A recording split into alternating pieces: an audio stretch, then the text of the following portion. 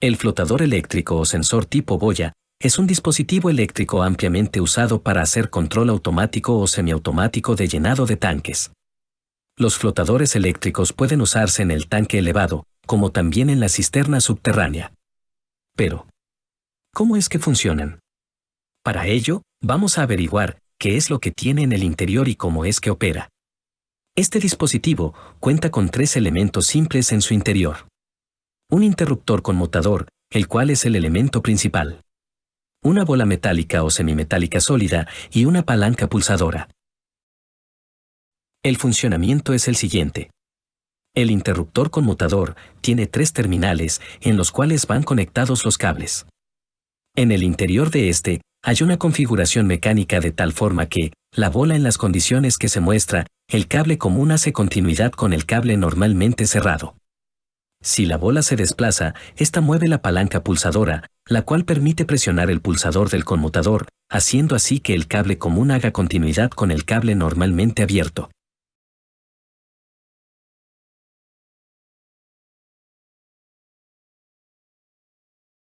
El flotador eléctrico se puede encontrar en 2 situaciones posibles. En un nivel máximo y en un nivel mínimo. La distancia entre estos 2 puntos va a depender qué tan corto o largo es el cable desde el contrapeso hasta la cabeza del flotador, ya que éste se desplaza con respecto del contrapeso. De esta forma, si el flotador se encuentra en posición vertical hacia arriba, la corriente circulará por los cables común y NC. Mientras que, si el flotador se encuentra en posición vertical hacia abajo, la corriente circulará por los cables común y NA.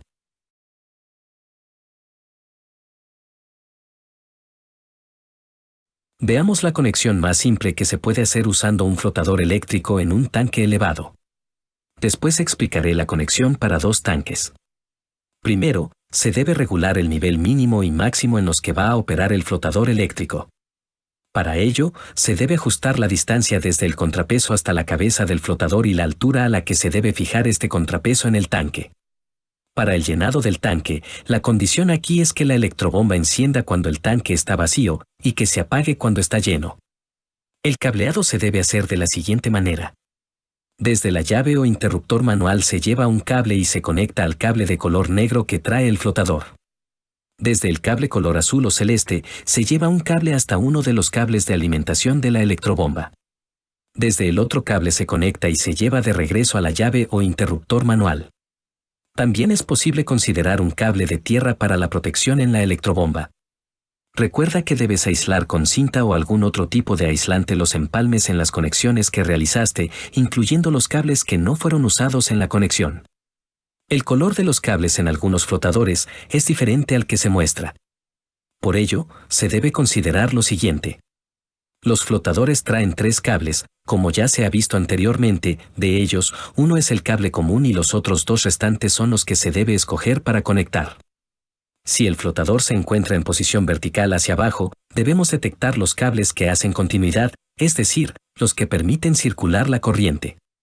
Si el flotador se encuentra en posición vertical hacia arriba, debemos detectar los cables que no hacen continuidad, es decir, los que no permiten circular la corriente.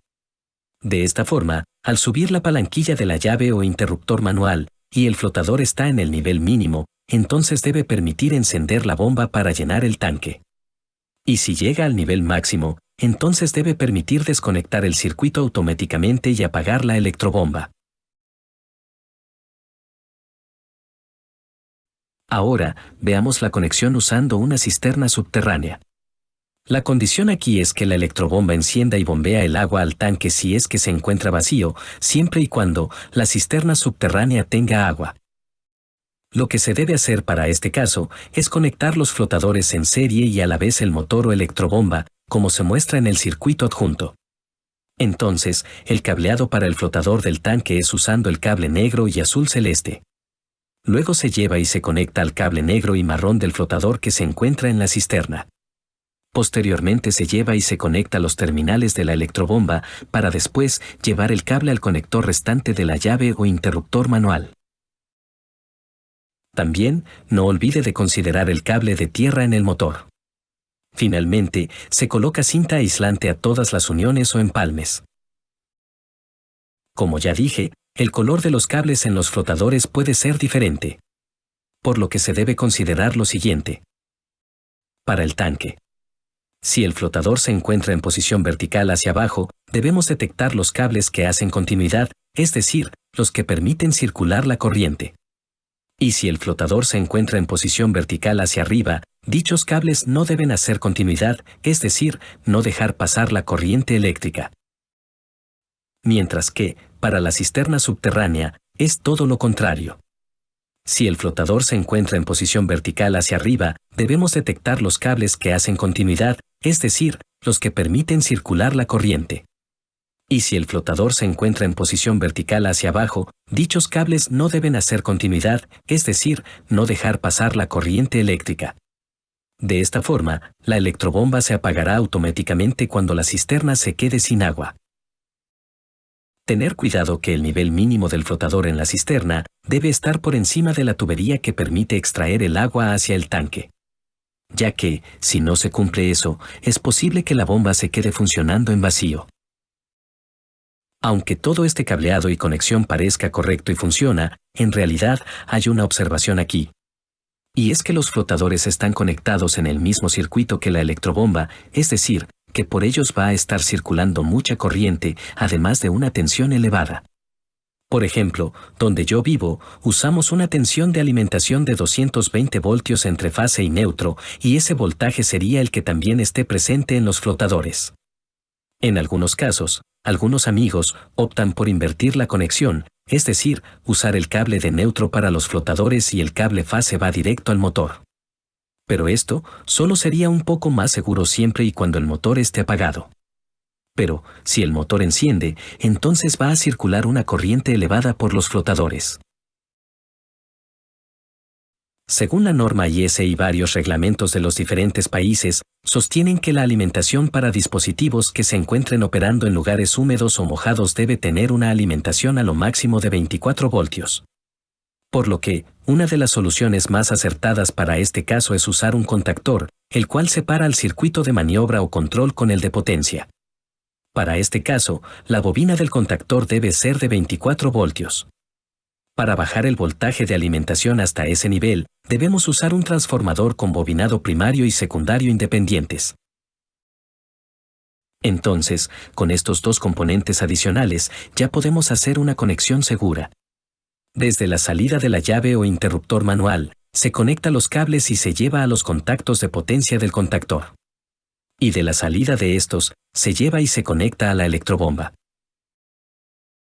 Ahora, para el cableado de los flotadores, primeramente, se debe conectar al transformador y así obtener en la salida de este un voltaje de 24 voltios. Después ya se conecta los flotadores en serie como se explicó en el circuito anterior.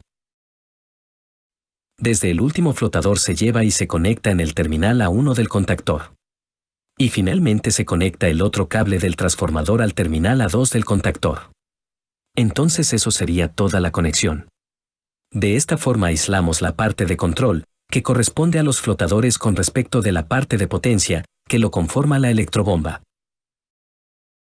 Al habilitar el circuito, si el tanque está vacío y la cisterna está llena de agua, entonces permite encender la electrobomba hasta que el tanque se llene o hasta que la cisterna se quede sin agua. Si usted desea saber más acerca del funcionamiento del contactor,